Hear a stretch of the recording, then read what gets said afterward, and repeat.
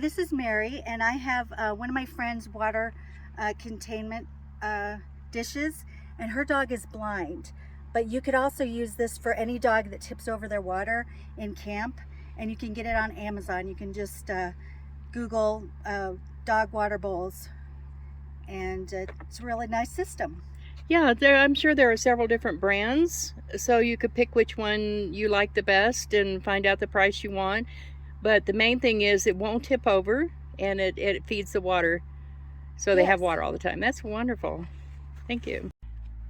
Okay, so the other safety thing I have is I have got these tethers around my headrest, and they're very easy to put on.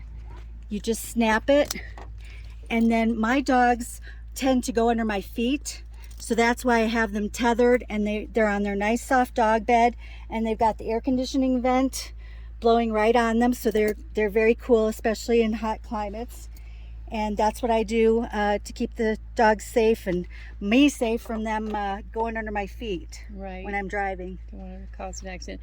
Now, is this something that is made specifically for a dog seatbelt, or is this something you did? These are from Amazon, and I just Googled safety harness. Oh, okay, it is a safety harness. Yeah, and it's called BWOGUE. BWOGUE. Okay. And then when I'm not using them, if somebody's riding with me, all I have to do is simply put them in the back. Right. And that's so easy too. A great safety tip. The other thing I do for my dogs is we've got a elevated dog bed, and it is like a compact umbrella, and you just put it out, and that way they don't get in the bugs. And then we put their bed on there too. So that's another thing we do. And they like being a little higher up. They have their own bed. Yeah. So they feel like queens. Yeah. And do you do anything different with food or water during the hotter parts of the year? I always put ice cubes in my dog's water. So that's what I do. And we've got a Berkey water filter. So when we have the motorhome, what I do is I filter the fresh water through the Berkey, and then they get the Berkey water.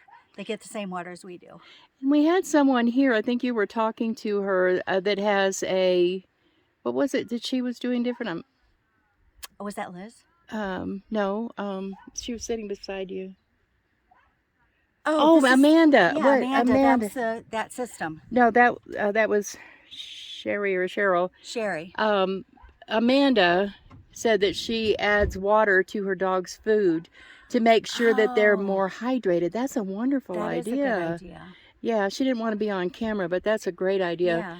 Yeah. Because dogs don't sweat. They get very hot in the heat, and dogs can die of a heat stroke very quickly too. Yeah. And that's a great idea to just add extra water to the dog's food, and then they're hydrating more. I should do that too. That is a great tip. I know. I'm going to start doing that. This is Augie, and he taught me a lesson today.